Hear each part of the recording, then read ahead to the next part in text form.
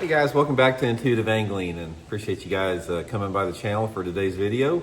We're going to be talking about why the BFL circuit, which is, arguably one of the most popular bass fishing circuits in the country and has been for, almost 50 years now, how the participation in 2026 has been tanking across the board. I've been fishing them, guys, the last 3 or 4 years, so I know myself, I can speak, personally on this, I can attest to that. And I want to dig into the reason why that is, and more importantly, talk about some things they can do to get their participation back up. So we're going to dig into that in today's episode here. Also, guys, 2 quick reminders for get started. Just want to remind everybody, if you have not had a chance to try it, guys, try this new Baitpop fish scent. Man, I've been using this pretty much all year long. I have noticed I have seen a noticeable difference in the amount of bites that I get by using Baitpop. It's got real fish in it. It's got amino acids, comes in a bunch of different colors and scents. It's got glitter in it. You just put it on your finger, guys, and just rub it in like that. It'll stay on for like 20 or 30 minutes. And the thing that I like about it, I'll say, for example, you're fishing a jig and you put some on it like this. When a bass goes down on a bait like that, they're close to it. Sometimes they put their nose that far away from it, and a bass can smell very good. If there's some of that Baitpop on there with that real amino acids and fish, they're a lot more apt to bite that thing than if it's just a chunk of plastic there. So I'll put the Baitpop link in my Tackle Warehouse link description in this video. And also, guys, real quick reminder, in celebration for our country's 250th anniversary coming up next month, Cast King has got this Patriot Special they're offering right now. It's got the Royal Legend bait cast reel, 7-foot 3-inch medium heavy bait cast rod. Super cool looking rod, guys, as far as the, just the red, white, and blue colors. It also comes in a spinning model just like this. So I'll have this linked in my Cast King link in the description of this video if you guys like to order one. And if you use the promo code Randy10, you get an additional discount. So I really appreciate putting up with the plugs there. Okay, I saw a deal on Bass Boat Fan on their Facebook page. They made a post this morning talking about that there was only, the BFL's averaged 65 anglers per tournament in 2026, maybe 2025 too, I'm not sure on that, but it's been terrible, man. It's been, participation has averaged, like I said, way under 100 boats across the country. And in the Ozark division that I fished here, it's about the same. We've averaged between 60 and 70 boats all year long. And guys, this is a travesty. I mean, it's so sad to see this, because I've always said the BFL circuit is the best circuit going in the country. And let me give you a little history in this. It used to be called the Red Man Tournament Circuit. Only little historical facts here. When I first started fishing, it was called the Red Man Tournament Trail. And it started, I believe, in 1980 or 1981. 84 was the first year that I fished it, the Red Man Tournament Circuit, which is now the BFL circuit in the Ozark division here. And I got fortunate enough to qualify for the regional, and I qualified for the Red Man All-American, which is now the BFL All-American. It started my career. Shaw Grigsby won that tournament that I was in. The Red Man All-American started his career. Several different guys, got the boost for that. And throughout the whole history of, bass fishing, that BFL Red Man circuit has been the premier weekend angler circuit. It changed, when they had when FLW bought the circuit out.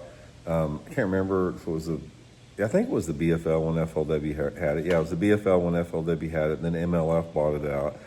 So the organization has changed hands over the past 50 years, but it's remained the same, where you had, all these divisions across the country, and then you had, the regional circuits, the regional tournaments from, 4 or 5 each division, and then the top, 6 to 10 qualifiers out of there would qualify for the Red Man All-American, where they fished for $100,000. And they fished for $100,000, guys, back in 1983, and they still do fish for $100,000. So I don't know why the payouts have not increased over the past 40 years. That doesn't really make sense. But anyway, participation is tanking. I remember those BFLs that we used to fish, guys. There used to be 150, 200 boats in every single one of them. And now we're down to 60 or 70 boats, sometimes less. It's just pathetic how the pay or the participation. Here's my opinion on the thing, and here's some things they can do. First of all, there's a couple factors here. It's not just one factor. There is one overriding factor. There are too many tournaments in the country. There literally are. There tournaments are a dime a dozen. Everybody's sort of watered out a little bit. This whole thing about competition is supposed to be good for, the business community. It's not in fishing, guys. Competition has done nothing but hurt the sport in terms of making it more difficult for not only tournament organizations to make a living at it, but the anglers as well, because it's a small industry and the pie can only be divided so much. So from that standpoint, that has really hurt it. Second with that is the fact that this whole forward-facing sonar, guys, most of the BFL anglers do not want the cheater box. They don't. And I have talked to tons of them, guys, and I've talked to tons of them that quit fishing the BFL circuit because they say that this is what they told me, guys. I bet I've had 40 people either message me or tell me this over the past year and a half.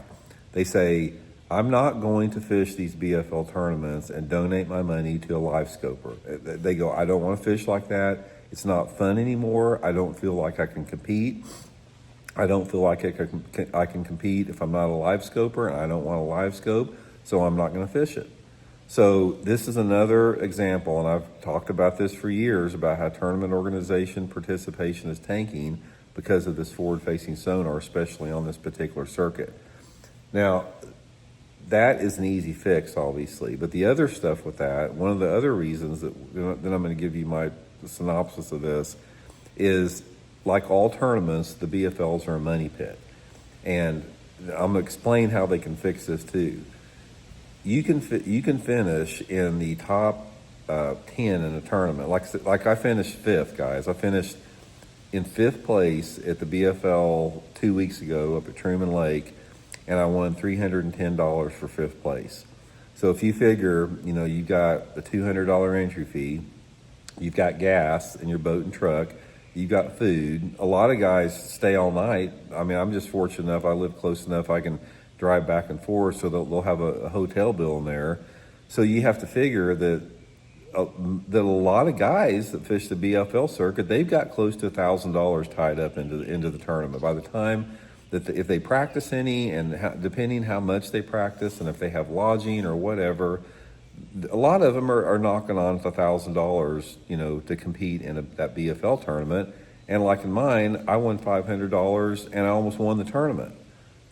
I think first place in the tournament was just a little over $1,000. So from that standpoint, it is a financial money pit. So you got this combination of things that it's a financial money pit. They've taken away some of the money that they had for the regional championship. They used to give a fully rigged boat and truck for the regional championship winner, and I think now they give a fully rigged boat or a boat certificate. I can't remember. And they used to take the top 10 out of each division to the Red Mountain All-American. Now they only take 6. And then on top of that, you have to pay to go to the Red Man Regional or to the BFL Regional. It used to be free. You didn't have to pay. So, you've got to pay. You work hard all year long. You qualify for the regional. You got to pay to go to the regional, like $300 and something. The prize money is less than the regional. It costs more than ever to fish. So from that standpoint, there's not a lot of incentives to try to want to fish it.